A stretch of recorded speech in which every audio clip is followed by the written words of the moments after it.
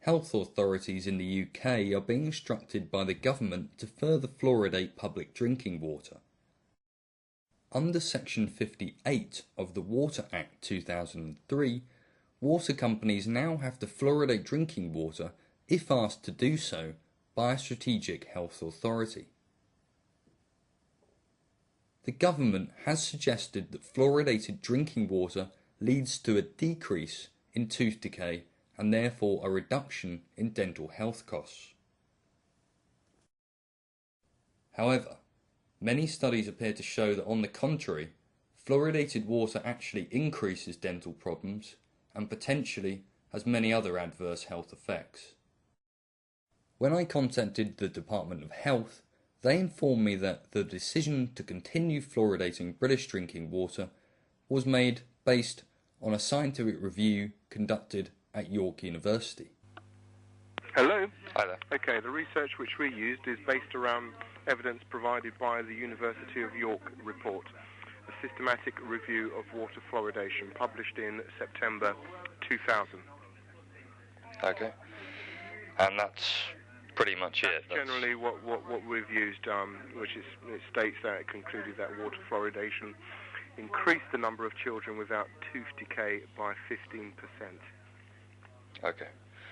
So, but they also reported that found that no evidence of any risk of overall health there was no evidence of any risk to overall health from fluoridation. The problem with this position is that the authors of the York Review do not agree with the way the government has interpreted the review. The interpretations, shall we say, of the evidence for the original York Review have been over-optimistic, but then it applies to both sides as far as I'm concerned. I mean, it's very difficult to get an objective summary of information in such a polarised debate. Sure. It just seems funny to me that this is the one thing that the Department of Health pin it on, and it's really, from what I can gather, not conclusive. No, I would agree. I'm one of the authors. I would say what the review actually established is that we know rather less about water fluoridation than we thought we did, and that's the big surprise. And I think from a sort of public policy point of view, the evidence around using water fluoridation to reduce inequalities in dental health is scanty and unreliable. I think that's I wouldn't be saying anything controversial by saying that. So, it's not a great evidence base on which to take forward a policy. I'm not saying that that there shouldn't be an informed debate about whether water fluoridation is the right thing to do or not. I just think that the evidence is very poor in relation to other interventions. Professor Trevor Sheldon, head of the Department of Health Studies at York University, whom was chair of the group who conducted the review, has criticised the British Dental Association, the British Medical Association, the National Alliance for Equity in Dental Health, and the British Fluoridation Society for misleading the public about the review's findings. He stated, "The review did not show water fluoridation to be safe." He also pointed out that there were no firm conclusions and that more research was needed. It is important to note that the fluoride added to drinking water is not naturally occurring calcium fluoride. It is a byproduct of the chemical industry called fluorosilicic acid. The UK government will not reveal the source of this byproduct. Former BBC producer Chris Bryson explained the process in a documentary called The Fluoride Deception.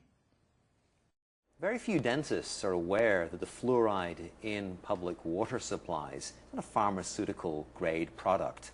It is in fact an industrial waste. It's the waste from the Florida phosphate industry. In the 1950s, the Florida phosphate industry was being sued by farmers and citizens living near those plants because of the fluoride that was killing their cattle, destroying their crops. You know, the Florida phosphate industry today is prevented from having to dispose of its industrial effluent in a toxic waste dump by the device of shipping that in tanker trucks around the country and dumping it in our water supply. The ethical implications of treating a population without their consent are enormous. The British public have a right to decide whether or not their drinking water is treated with fluoride. Most other European countries have interpreted the science correctly and have not ever risked fluoridating their public drinking water. Studies are beginning to show that there are not just adverse physical effects linked to fluoridated water, but there are also psychological effects. Evidence does appear to show that the pineal gland and the central nervous system's functionings are severely affected by high exposure to fluoride. Those exposed can therefore become more docile and passive due to the distortion of melatonin production. Perhaps this was why chemical versions of fluoride were added to the water in Nazi and Soviet concentration camps. According to the UK Drinking Water Inspectorate, a local public consultation must first take place before any fluoridation can proceed. Get in touch with your local primary care trust and ask them about your drinking water. If you get a chance to attend a consultation, bring as much scientific data as you can and get it on record. The National Pure Water Association, based in the UK, and the American-based Fluoride Action Network both provide evidence that puts in doubt the government's claims.